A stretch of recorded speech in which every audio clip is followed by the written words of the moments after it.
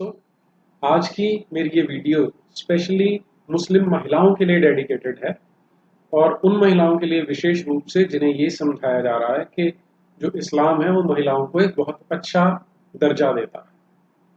इसके लिए मैं सबसे पहले आपको एक एग्जांपल दिखा रहा हूँ जहाँ पर एक लेडी है जो इस्लाम का प्रोपेगेट करती है, इस्लाम का प्रचार करती है।